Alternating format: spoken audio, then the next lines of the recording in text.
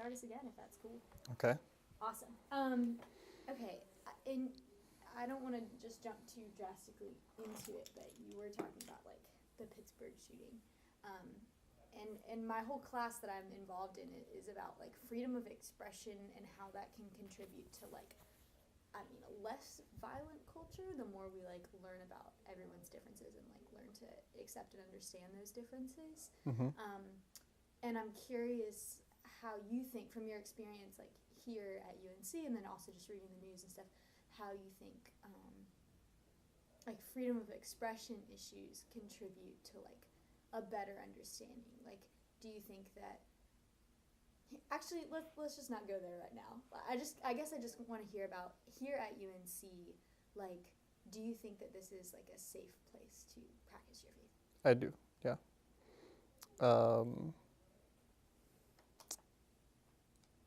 But I'm not sure quite, like, I want to give you a longer answer than that, but I'm still not quite sure I fully understand. The question. Yeah.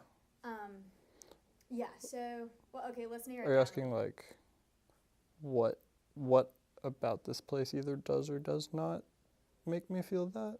Yeah, and it's really open-ended. I do just kind of want to hear your thoughts on, like, yeah, what does it look like to practice your faith here at UNC, especially a faith that's, like, in terms of numbers-wise, probably smaller than, like, maybe Christian organizations on campus. I don't know all the numbers exactly, but, Mm-hmm. like, yeah, what does that look like? Are there any spaces particularly that you felt more or less free to practice that publicly?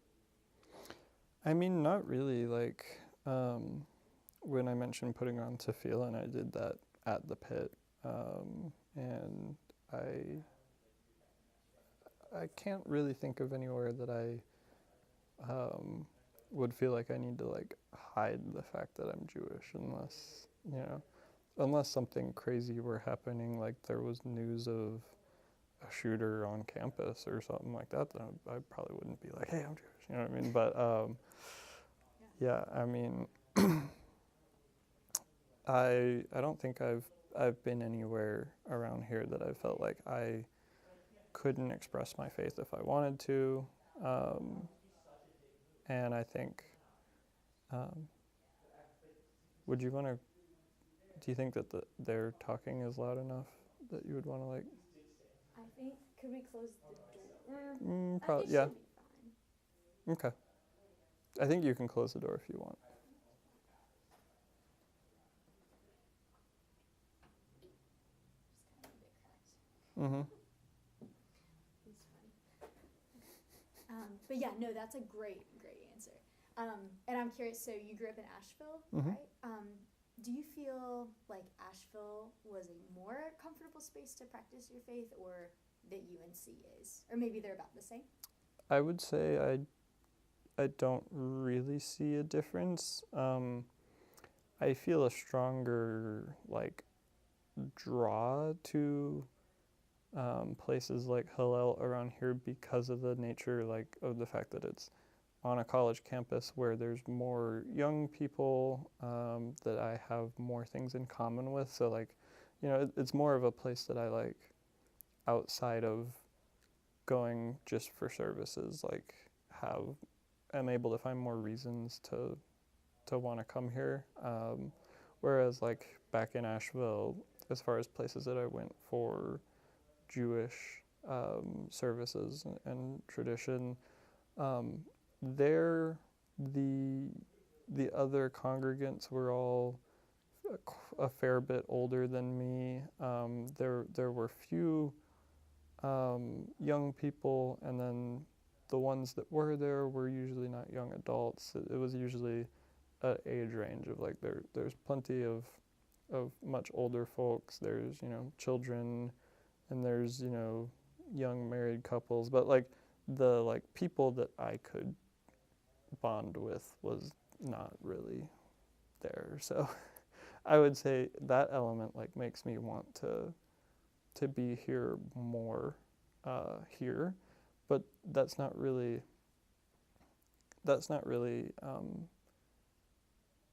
having to deal with like whether or not I felt more comfortable in either place. You know what I mean? It's just more about the dynamic of like who is actually showing up in Asheville versus here. Yeah. I mean, yeah, I didn't feel uncomfortable in Asheville. I just didn't feel a very strong desire to go regularly, Mm-hmm. I guess. No, that makes a lot of sense. So, is there anything that you feel like people don't understand about Jewish students here at UNC, or that you wish they understood more? That's an interesting question. I don't think so. I like telling people about Judaism, so I think it's interesting when classmates or my peers learn that I'm Jewish and they ask questions. I think it's interesting to tell them what I do know. I don't think that there's ever been anything that's been done or said to me from a place like a lack of knowledge or ignorance that like bothered me. So the only things I could think of is just like I think it would be good for people to know. I'm just trying to think like I don't think that like I said before, like that a lack of knowledge is necessarily causing people to have any wrong images that I would want to correct, although I'm sure that happens. It's just not in my experience. But if I could just like have people be more aware, I guess I would say like it's definitely, it's really chill and like a family kind of vibe going on, and just one thing that I like is like Judaism isn't like an evangelical religion, so you know, it's not so much about like trying to convince people to think one way or to change or think differently about something. It's more just like, we're here, we're gonna be doing our normal thing, and we'd love it if you joined us and ate some good food too. If not, that's fine. We're gonna be doing it anyways. It's just like, it's pretty chill, and I feel like lots of people can get on board with that. Yeah, I totally agree. And speaking of food, like you've talked about food a lot, and I know food is a huge part of Jewish culture. And it's interesting the dynamic here at UNC. And you live off campus, right? I do. Okay, so you probably don't have a ton of experience like in the dining halls at school. But I'm just curious if you've had any thoughts on like, oh, like dining halls and dining services at UNC have been doing this really well in terms of like keeping things kosher and stuff, or any thoughts on that? No, I've been in Lenore like once or twice, and I was able to eat kosher to my knowledge, but I also don't keep kosher all the time, so like, yeah. And then, yeah, I don't have a meal plan, so I don't have a strong opinion about the dining services. No worries. I was just curious. Oh, I interviewed another girl who's Messianic Jewish, and she had a few opinions on like the dining hall and stuff. So you mentioned like people from class asking you questions like about your faith. Mm-hmm. What is the classroom setting like for you in terms of like, do you feel like you can express your faith and your opinions about faith pretty openly? I mean, for what it's worth, I am a STEM major, so it doesn't really come up that much. It's like, I can't think of a situation where me being Jewish really is worth bringing up in a discrete math class. So, you know, for whatever reason, if it was the occasion where in my math or computer science class someone was like, needed to know that I was Jewish, I'm pretty sure I'd feel comfortable telling them that I am. So, yeah. Awesome. And so, sorry, we're almost done. I know it's been a while of talking, and you're doing fantastic. This is all great stuff. But this class, again, it's about freedom of expression, the First Amendment in school and university settings. And we're reading this book called #Republic, and it's about like social media and like this idea of like echo chambers and how often the stuff we'll see kind of flooding our social media accounts will be like kind of related to who we are and what our beliefs are, and it just kind of echoes like we follow people who are very similar, and then those similar views can kind of create biases and stuff. And so anyway, there's this part of the book where it's talking about kind of the future of our republic and stuff, and it's the author says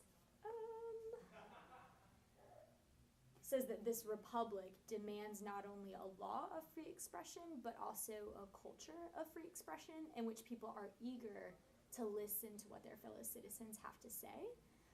Perhaps above all, a republic, or at least a heterogeneous one, requires arenas in which citizens with varying experiences and prospects and different views about what is good and right are able to meet with one another and consult. So my two questions are, do you feel like this space here on campus, just UNC in general, is a space where people from all different beliefs can meet together and consult, like the author is saying? So that would be my first question. I would say so, yeah. I mean, honestly, out of all of the different perspectives that are represented on campus, I would say that the people that I've been most concerned for, who have like been on campus expressing their opinion, and this isn't really faith related, but there's a group on campus that's like not Young Democrats, but the like Republican version of that.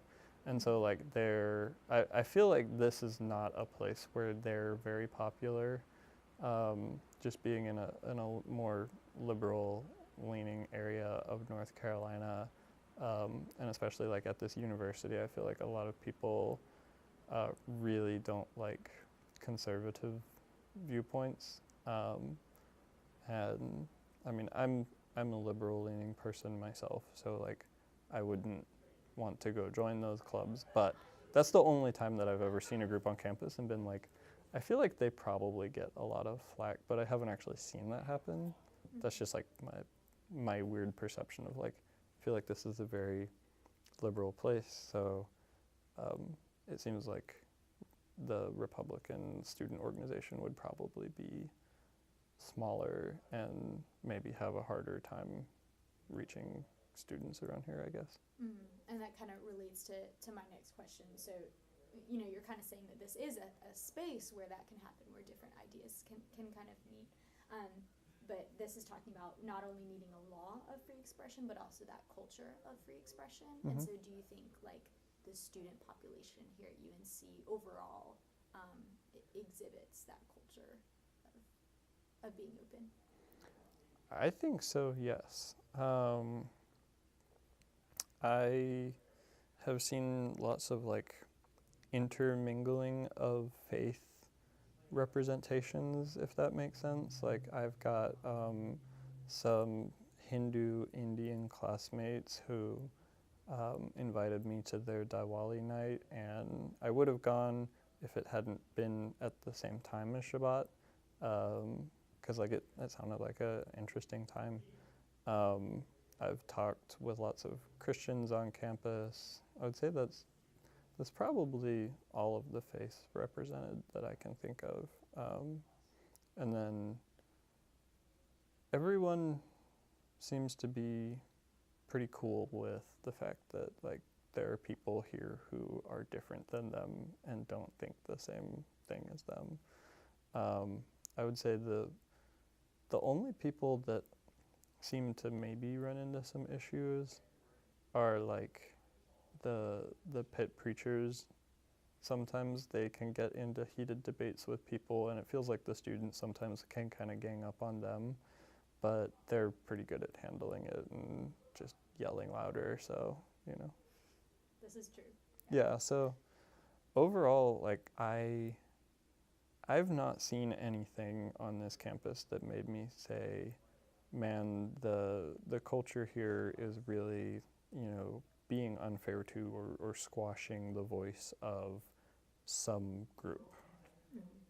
Thank you. Is there anything else? Yeah, that's pretty much the end of my questions. Is there anything else you'd like to add? There was one thing that I wanted to add. I thought maybe there would be like a question where it would become relevant, but we were talking about food. Yes. And I was just going to sorry, say... I'm going to pause you. Can you put down the wire just because sometimes that like affects the sound because this stuff is so chintzy. Mm-hmm. Yes, thank you. Yeah, no, all I wanted to share was just there's something that one of my rabbis back in Asheville said, like pretty much every Passover service he would say this before the meal, but then also a lot on Shabbat as well. He would just say, they tried to kill us, God saved us, let's eat.